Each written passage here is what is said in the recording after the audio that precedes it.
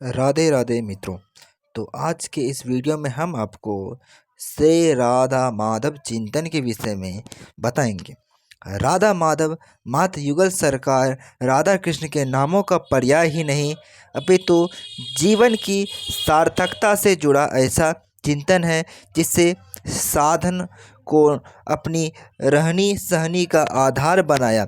साधकों के जगत में यह नित्य नए रूपों में नई व्याख्याओं के साथ उदित होता रहा है।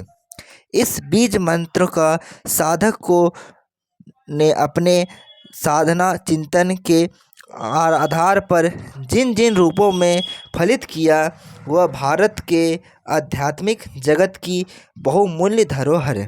इस धरोहर के पल्लवन संरक्षण एवं विस्तार में साधकों की पीढ़ियां गुजरी हैं। यही कारण है कि राधा माधव भाव की व्याप्ति न केवल भारत के आंचलिक परिदृश्य में गहरे तक व्याप्त है, बल्कि भक्ति से अभिप्रेत अंतर्राष्ट्रीय पटल पर भी आज यह श्रद्धा और जिज्ञासा के केंद्र में है।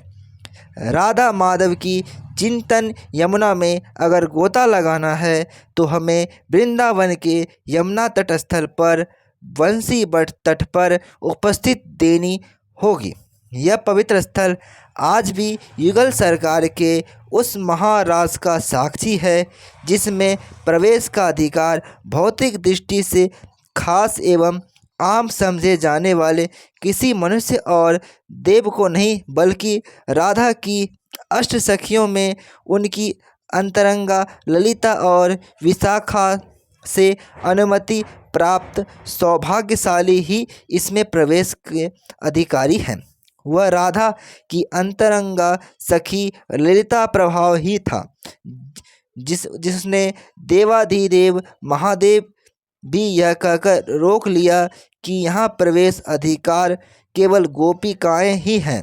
श्री कृष्ण के मधुर वेणु नादक स्वर सुनते ही वृंदावन में महारास दर्शन का लाभ लेने आए कैलाशपति महादेव भी भला ऐसा अवसर कहाँ गंवाने वाले थे। उन्होंने तत्काल गोपी रूप धारण किया और पहुँच गए राधा माधव की उस दिव्य रासस्थली में, जहाँ स्थान प्राप्त करने के लिए साधक जन्म से मृत्यु पर्यंत ही नहीं, अपितु जन्म जन्मांतर इस भावना से साधनारत रहते हैं कि हमें कब वह अलौकिक क्षण मिलेगा।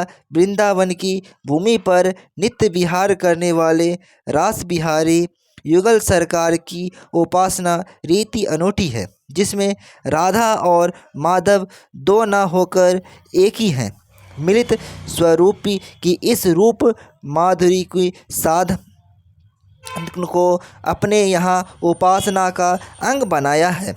इस भूमि पर साधनारत आचार्य जानते थे कि राधा और माधव की अनुभूति उनके नित्य विहार स्थल पावन रज का संस्पर्श पाए बिना संभव नहीं है। निम्बाचार्य श्री भट्टा जी ने इस विचार को आम जनों के लिए लोक भाषा में साझा करते हुए कहा कि रे मन वृंदा विपिन विहार, विपिन राज सीमा के बाहर, हरि हूँ को न निहार। राधा माधव श्यामा श्यामा नित्य विहारी युगल सरकार राम बिहारी एवं श्री जी के रूप में राधा कृष्ण का एक प्राण दो देह भाव यहाँ साधक को ही हानि रहनी सहनी से प्रकट देखा जा सकता है।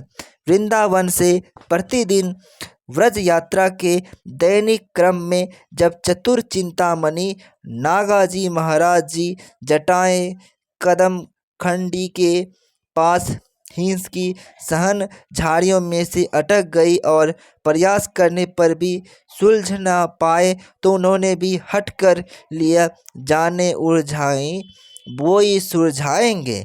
समीपस्थ व्रजवासियों ने कहा भी कि महाराज जी हम कुछ सहयोग कर दें, पर चतुरान नागा कहा मानने वाले थे। अन्न जल त्याग कर 2 दिन बस अपने प्रभु का स्मरण करते रहे और भगवान भी भक्त की पूरी परीक्षा लेते हैं। आखिर में प्रभु पधारे तो नागा जी ने पहचानने से ही मना करते हुए कहा, मेरे आराध्य तो कभी अकेले चलते ही नहीं। वास्तव में राधा और माधव का ऐसा चिंतन और इन साधकों की रहनी सहनी ही हमारे लिए आज भी हमें उस पथ का राही बनने का मार्ग प्रशस्त करता है। इक दीना हिंस मांझ तिनकी सुलटा उलझानी, हम सुलझाई दई व्रजवासिन देखी कहीं यह बानी। कहीं आप उलझाई जानी सोई आप सुलझही। आज से कोई 500 साल पहले 16वीं सदी में संत हरिराम व्यास जी महाराज भी इस पथ के पथिक बनने को व्याकुल हो उठे। ओरछा रियासत के राजगुरु वैभवशाली पद पर भी उन्हें व्यर्थ ही लगने लगा। हरि कब हुई हम वनवासी, कब मिले हैं वे सखी सहेली हरिवंशी हरिदासी। वृंदावन की निकुंज में विहार करने वाले राधा माधव की उपस्थिति का अनुभव इस विपिन में आने वाले साधकों ने यहाँ की लत पताओं एवं और इस नित्य विहार स्थान की पवित्र रज से किया। गोस्वामी हित हरिवंश महाप्रभु ने यहाँ की पवित्र रज को श्याम बंदिनी विहार रज कहते हैं हुए इस मस्तक पर धारण करने की बात कही है। 16वीं सदी के दौरान अपने शिष्य विट्ठल दास जी के वज्र भाषा में गद्य में लिखे हिती जी के पत्रों में इसका उल्लेख मिलता है। वही हरिराम व्यास जी ने तो युगल सरकार की चरण प्रसादी इस रज की अपना जीवन धन माना।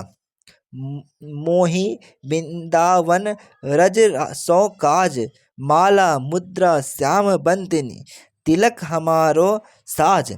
यहाँ इस चिंतन में निमग्न मग्न रहने वाले साधकों के लिए श्यामा श्याम 2 तन होने पर भी एक ही हैं। युगल का यह मिलित स्वरूप जन्म और मृत्यु के बंधन पर पड़े हैं। इनका बाल्यकाल है और इनका प्रौढ़ अवस्था में वास्तव में है जैसे नित्य किशोर श्यामा श्याम ही वन वृंदावन के साधकों के लिए आराध्य हैं। मेरे नित्य किशोर अजन्मा बिहत रत, एक प्राण द्वय तन माँ बिलसत कुंज कुटी छिन छिन माँ संतत बसत वन घन माँ। राधा और माधव की मिलित झांकी को साधकों ने स्वचिंतन से नव दिशाएं दी। इस मंद से निश्रित नवीनतम आस्वाद ही इस महाभक्तों का जीवन धन था, जिसने स्वाद को चखते हुए ये निरंतर उसी भाव भूमि पर बने रहना चाहते थे। भक्ति के प्रभाव से उपजा अचरज ही प्रचुरता से विपुल साहित्य रचने वाले इन महासाधकों के लिए पास इस रसास्वादान अनुभव तो है, पर अभिव्यक्तियों के लिए शब्द नहीं। तभी तो रास बिहारी राधा माधव की अलौकिक छठ का अनुभव करते हुए भी उसे अभिव्यक्त किए जाने की मनोदशा के संदर्भ में राधा वल्लभ साधक स्वामी दामोदर दास जी यह कहते हैं कि रास विलास अपार रूप कछु कहत बने ना, लोचन के नहीं जीभ जीव के नोहि नैना। राधा माधव के चिंतन को समझने की एक दृष्टि हरिराम व्यास जी ने भी दी है। राधा माधव की सरस लीलाओं का गायन करने का प्रथम सौभाग्य जयदेव को प्राप्त है। उन्हीं से प्राप्त मधुर रस को अन्य लोगों ने अपनी अपनी तरह से गाया। श्री जयदेव से रसिक न कोई जिन लीला रस गायो, पतित पत्रे मुख निरसती ही, राधा माधव को दर्शन पायो, वृंदावन को रसमय वैभव जिनमें पहिले सबनी सुनायो, ता ताछो औनी कछु भायो, सो रस सबनी चखायो, ता पाछे और निकाछु भायो, तो रस रबनी चखायो, पद्मावती जय चरणनी को चारण जीहे गोविंद रिझायो, व्यास नो आस कई कहूँ की कुंजन श्याम बुलायो। भक्ति की राजधानी वृंदावन में इस भाव की सहज अनुभूति का साक्षात गोस्वामी हित हरिवंश महाप्रभु स्वामी श्री हरिदास एवं संत प्रवर हरिराम एवं व्यास जी ने जिस रूप में किया, उसका विस्तार उनकी वाणियों से उद्घाटित है। वृंदावन में सौभाग्य लता कुंजों में विहार करने वाले युगल स्वरूप का परिदर्शन कराते हुए कहते हैं, निकसी कुंज ठाड़े भये भुजा, परस्पर अंश श्री राधा बल्लभ मुख कमल, निरखी नयन हरिवंश। स्वामी हरिदास जी भी श्यामा श्याम रस भाव के रसिक थे और स्वामी समकालीन व्यास जी महाराज जी ने कहा, ऐसी रसिक भयो ना है भुव मंडल आकाश। तो फ्रेंड्स, मैंने आपको इस वीडियो में राधा माधव चिंतन के विषय में बताया, जो कि श्री डॉक्टर श्री राजेश जी शर्मा जी कहते हैं अपने भाव में। Thanks for watching my videos.